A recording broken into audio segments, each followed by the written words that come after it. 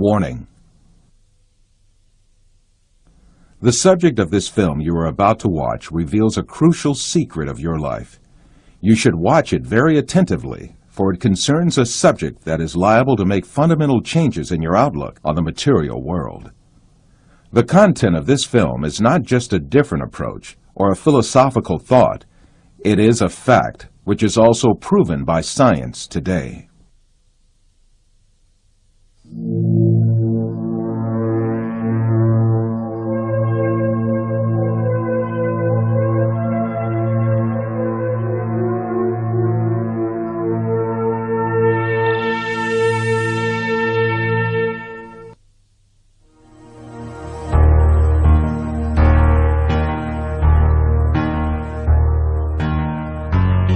Man is conditioned right from the beginning of his life that the world he lives in has an absolute material reality. So he grows up under the effect of this conditioning and builds his entire life on this viewpoint. The findings of modern science, however, have revealed a completely different and significant reality than what is presumed.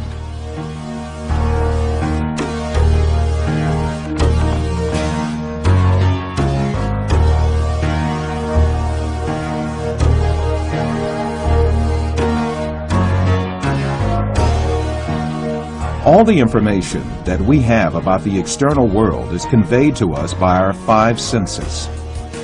The world we know of consists of what our eyes see, our ears hear, our noses smell, our tongues taste, and our hands feel.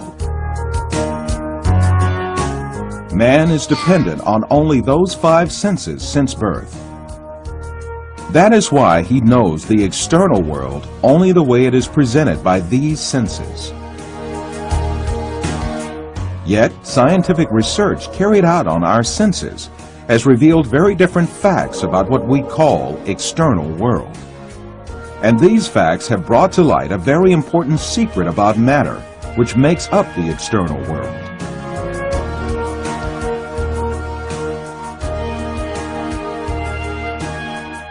Contemporary thinker Frederick Vester explains the point that science has reached on this subject. Statements of some scientists posing that man is an image, everything experienced is temporary and deceptive, and this universe is a shadow, seems to be proven by science in our day. In order to better grasp this secret behind matter, let us be reminded of our information about our sense of sight, which provides us with the most extensive information about the external world.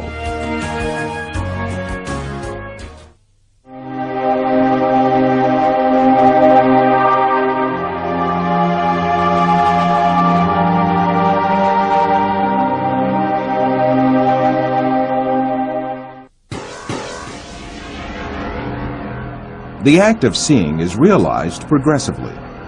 At the instance of seeing, light clusters called photons travel from the object to the eye and pass through the eye lens, where they are refracted and focus on the retina at the back of the eye.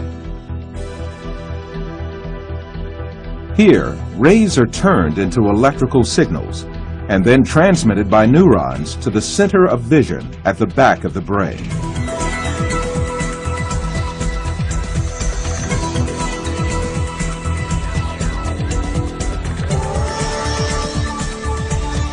The act of seeing actually takes place in this center in the brain.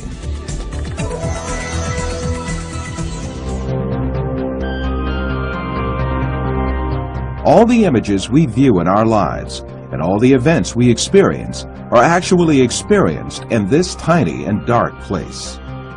Both the film you are now watching and the boundless landscape you see when you gaze at the horizon actually fit into this place of a few cubic centimeters.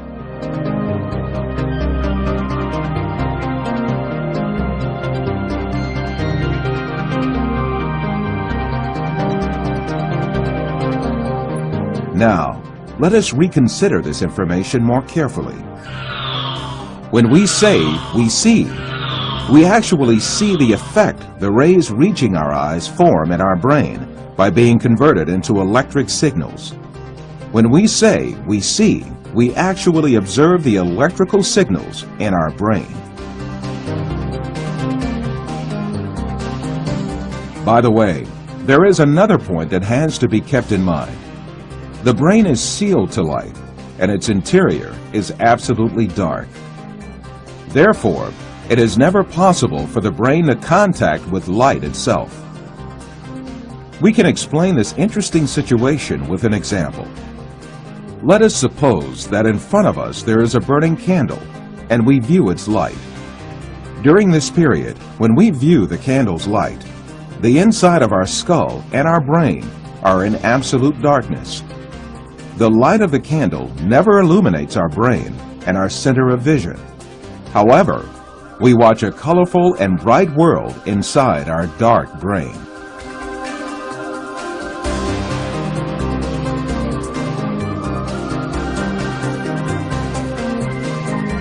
The same situation applies to all our other senses. Sound, touch, taste, and smell are all perceived in the brain as electrical signals.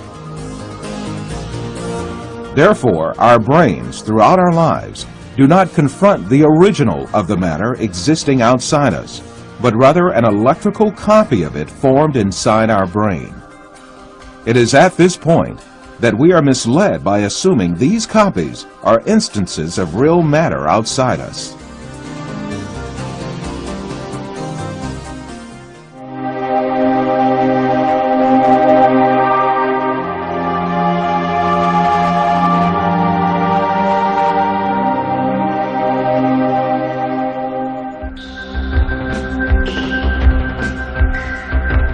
These physical facts make us come to an indisputable conclusion. Everything we see, touch, hear, and perceive is matter. The world, or the universe, is only electrical signals in our brain.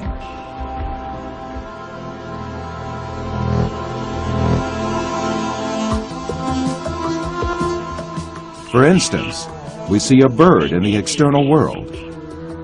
In reality, this bird is not in the external world, but in our brain. The light particles reflecting from the bird reach our eye, and there they are converted into electrical signals. These signals are transmitted by neurons to the center of vision in the brain. The bird we see is, in fact, the electric signals in our brain. If the sight nerves traveling to the brain were disconnected, the image of the bird would suddenly disappear. In the same manner, the bird sounds we hear are also in our brain. If the nerve traveling from the ear to the brain was disconnected, there would be no sound left.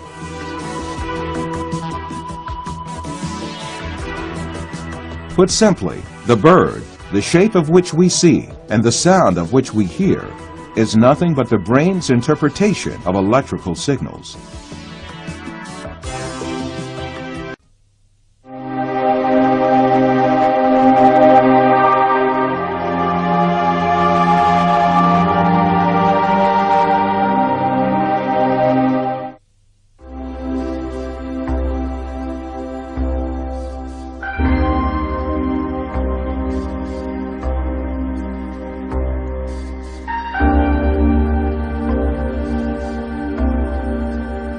For you, reality is all that can be touched with the hand and seen with the eye. In your dreams, you can also touch with your hand and see with your eye.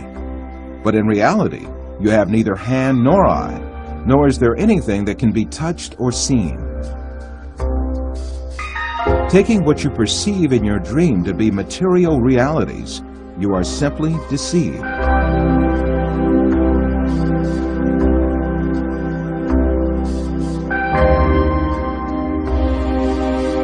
For example, a person deeply asleep in his bed may see himself in an entirely different world in his dream. He may dream that he is a pilot and command a giant airplane, and even spend a great effort to command the plane. In fact, this person has not taken even one step away from his bed. In his dreams, he may visit different settings and meet with friends, have a chat with them, eat and drink together. It is only when the person awakes from his dream that he realizes all were only perceptions. If we are able to live easily in an unreal world during our dreams, the same thing can equally be true for the world we live in. When we wake up from a dream, there is no logical reason for not thinking that we have entered a longer dream that we call real life. The reason we consider our dream to be fancy and the world is real is nothing but a product of our habits and prejudices. This suggests that we may well be awoken from the life on earth, which we think we are living right now, just as we are awoken from a dream.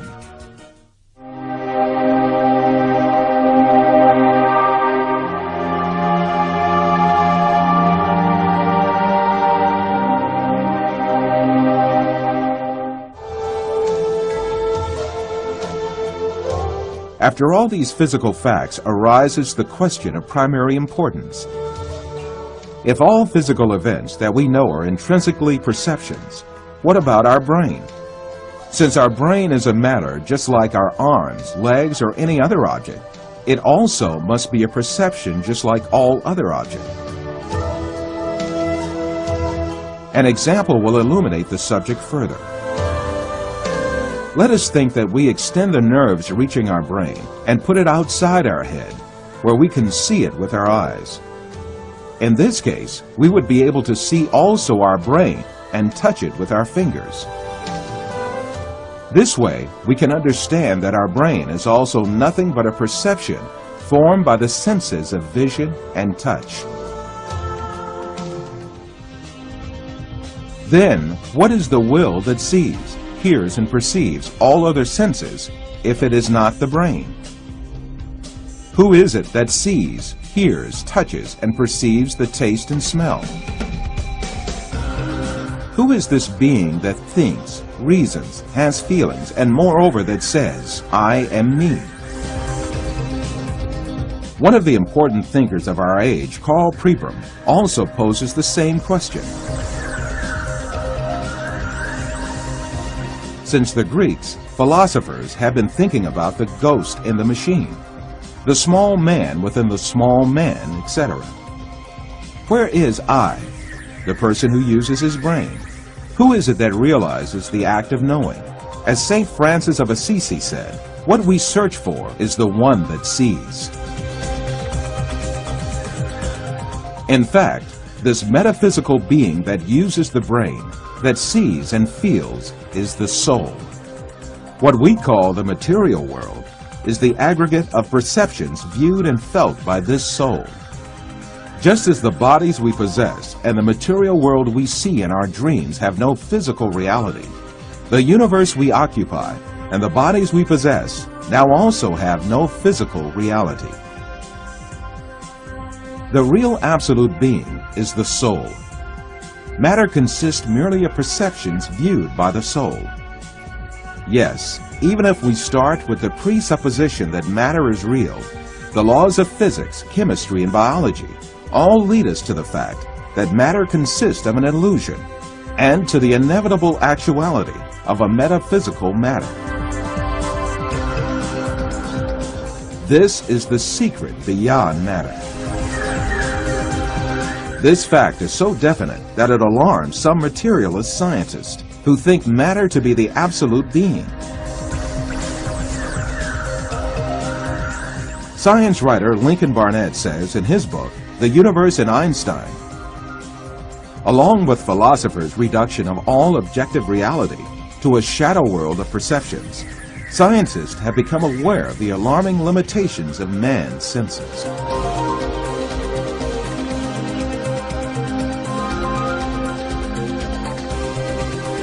All these facts bring us face to face with a very significant question. If the thing we acknowledge to be the material world is merely comprised of perceptions given to our soul, then what is the source of these perceptions? In answering this question, we must consider the fact that matter does not have a self-governing existence by itself, but is a perception. Therefore, this perception must have been caused by another power, which means that it must have been created. Moreover, this creation must be continuous. If there were not a continuous and consistent creation, then what we call matter would disappear and be lost. This may be likened to a television on which a picture is displayed as long as the signal continues to be broadcast. If the broadcast stops, the image on the screen will also disappear.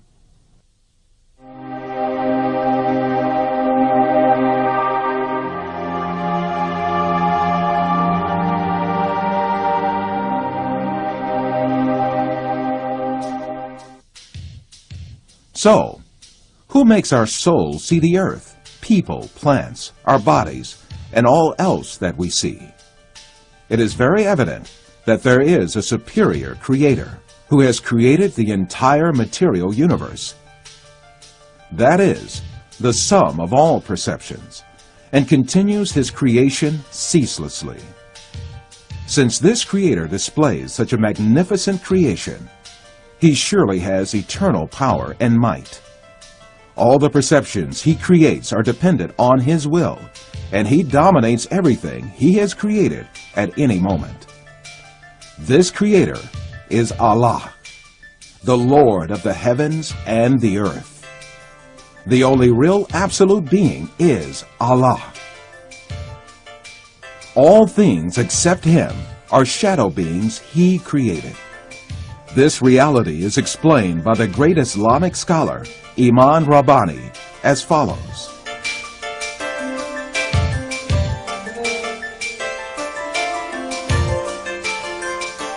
Allah, the substance of these beings which he created, is but nothingness. He created all in the sphere of senses and illusions.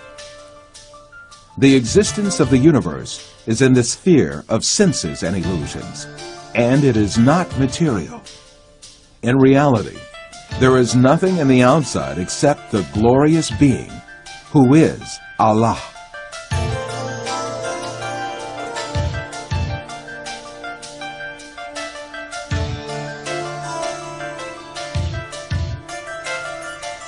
In all the four corners of this universe that is made up of perceptions is Allah's being as the only real being.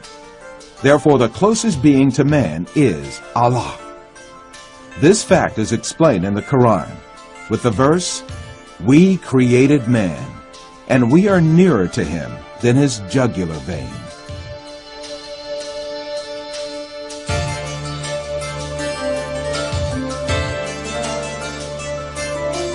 Wherever we are, Allah is with us. While you watch this film, the closest being to you is Allah, who creates everything you see at any moment. As long as Allah makes us see images and gives sensations related to this world, we continue to live in this world. When He ends the images and sensations belonging to this world, shows us the angels of death, and gives perceptions of a different dimension, this means we have died. The day of resurrection, judgment, heaven, hell, and all our eternal life will be created in the same way for us. To create all these is too easy for Allah, who displays the evidence of His eternal power and infinite knowledge to us, yet in this world.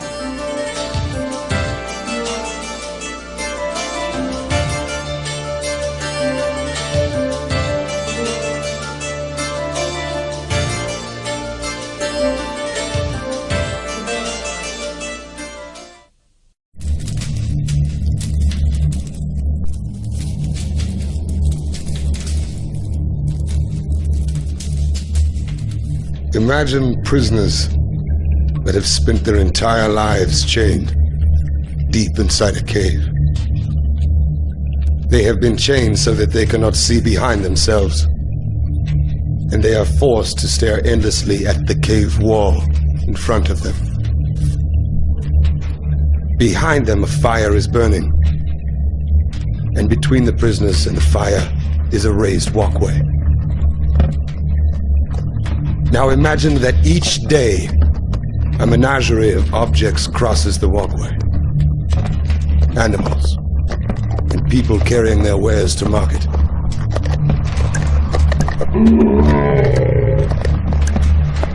Their shapes create an intricate shadow play on the wall in front of the prisoners.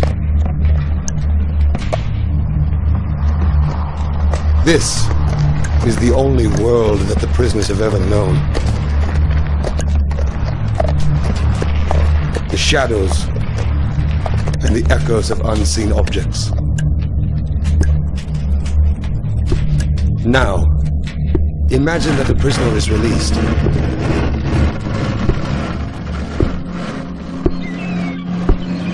After some time adjusting to the blinding light, the freed prisoner will begin to experience the world outside of the cave for the very first time. And it is like nothing he could have ever imagined.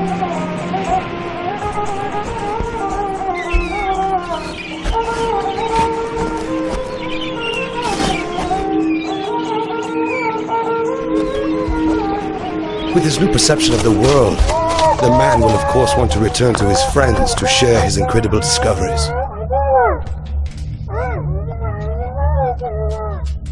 But the prisoners cannot recognize their old friend. He appears as all things do. His voice is a distorted echo, and his body is a grotesque shadow. They cannot understand his fantastic stories of the world outside of the cave. To them, it will never exist. This, of course, does not make the world outside of the cave any less real.